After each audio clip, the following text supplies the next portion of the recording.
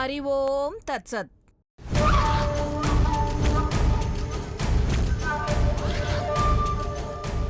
చీపురాంటీ, ఏమైంది? సడన్ గా సన్యాసంలో కలిసిపోవాలన్న ఆలోచన ఎందుకొచ్చింది? హలో బుస్సు,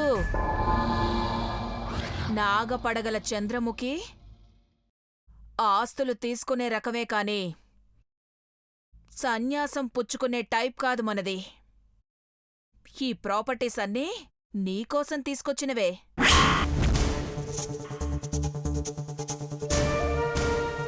రబ్బిష్, ఇవి నాకెందుకు? తీసిపారేయండి.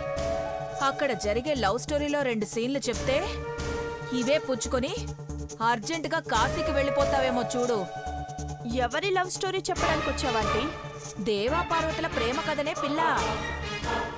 అఖిలక్క నీ ఇంటికొచ్చి మా జోలికొస్తే నీ గొంతు మీద కాలు పెట్టి నలిపేస్తా అని చెప్పాక పెదబాబుకి అడ్డే లేకుండా పోయింది.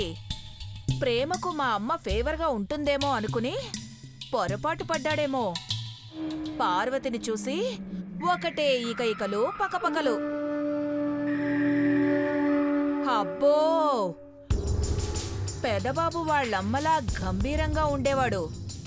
అలాంటోడు తనలో తను నవ్వుకోవడం, సిగ్గుపడిపోవడం. ఓయబ్బో, అవి మామూలు సీన్లు కావమ్మా. ఎనఫాటి, ఇక నేను వినలేను. చూడలేవు కూడా. అందుకే ఇవి తీసుకొని హిమాలయాలకు వెళ్ళు, చల్లగా ఉంటుంది. అవసరం లేదాంటీ. సత్య హరిశ్చంద్రుల్లాంటి దేవా పార్వతి కోసం అబద్ధాలాడుతుండొచ్చు, చిన్న సైజు త్యాగాలు చేస్తుండొచ్చు. అది ప్రేమ అనుకొని ఊహాలోకాల్లో విహరించే వాళ్ళని దెబ్బ కొడితే దిమ్మ తిరిగిపోతుంది.